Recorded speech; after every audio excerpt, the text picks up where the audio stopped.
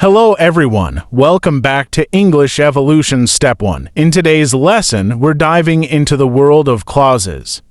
Clauses are the building blocks of sentences, and understanding them will help you create more complex and interesting sentences in English. We'll explore different types of clauses, including subordinating conjunctions, relative pronouns, and coordinating conjunctions. We'll look at relative adverbs like where and why. Get ready to enhance your grammar skills and make your sentences shine. Let's get started. We can start by reading clause linking words before we dive into definitions, functions, and roles. Subordinating conjunctions. Because, before, after, as, if, since, when, while, although. Relative pronouns: who, whom, whose, which, that. Coordinating conjunctions: for, and, nor, but, or, yet. So. Relative adverbs: when, where, why. Now, let's dive into the world of clauses. A clause is a group of words that contains a subject and a verb. In general, we can divide them into two parts: independent clause and a dependent clause. Independent clause definition. An independent clause is a group of words that contains a subject and a verb and expresses a complete thought. It can stand alone as a sentence. Independent clause function. And independent clauses form the backbone of sentences. They can stand alone or be combined with other clauses to form more complex sentences. Dependent clause definition. A dependent clause, also known as a subordinate clause, is a group of words that contains a subject and a verb but does not express a complete thought. It cannot stand alone as a sentence. Dependent clause function. Dependent clauses add additional information to the main clause. They need to be connected to an independent clause to make sense. Look at this visual example. This man can go alone, but the woman can't go, unless the man helps her. So, the man is independent, whereas the woman is depending on the man.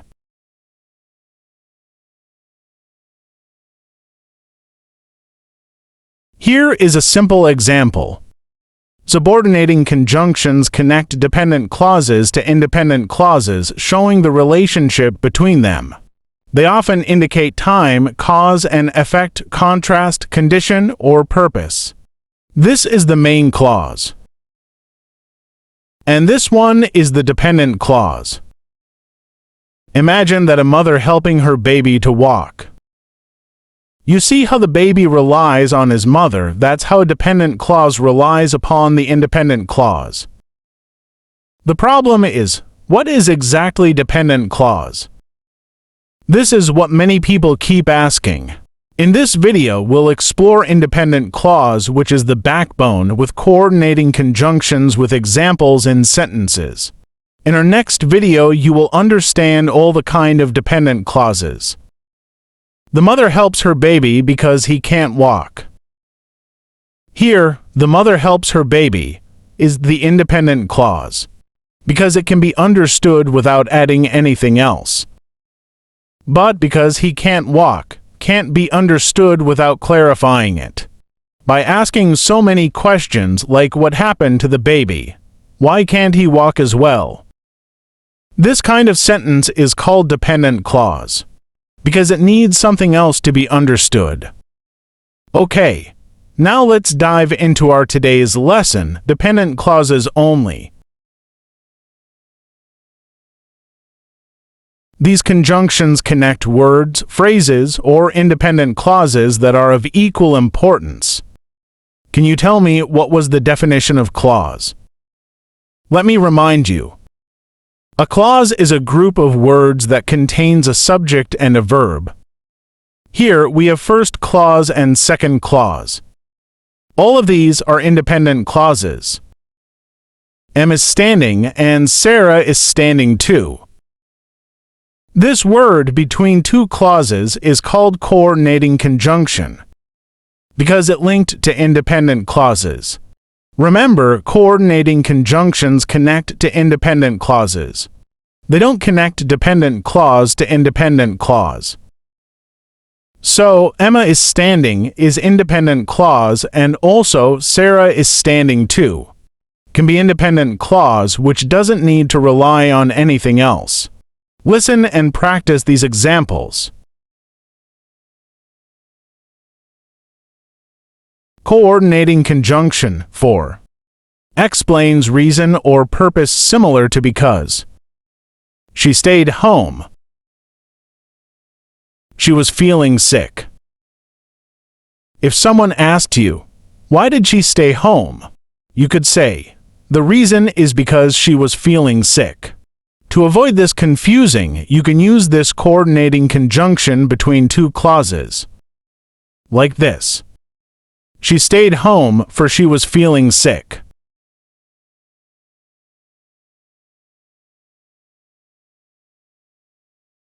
Coordinating conjunction and adds one thing to another. Example. I bought apples. I bought oranges. I bought apples and oranges.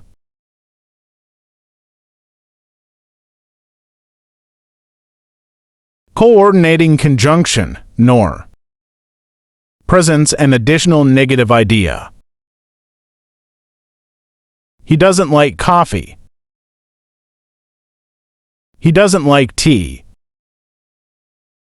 He doesn't like coffee, nor does he like tea.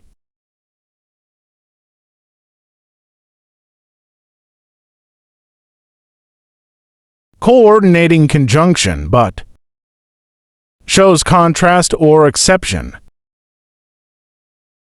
I wanted to go. I was too tired. I wanted to go, but I was too tired.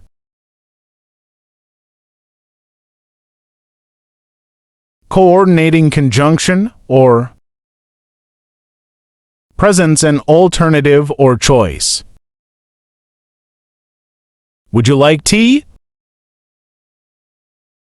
Would you like coffee? Would you like tea or coffee?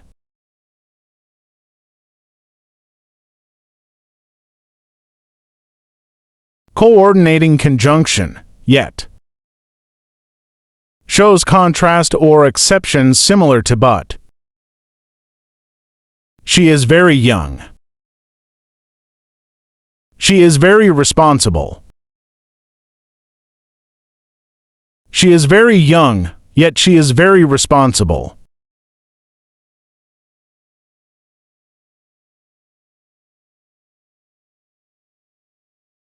Coordinating conjunction, so. Indicates effect, result, or consequence. It was raining. We stayed inside. It was raining, so we stayed inside.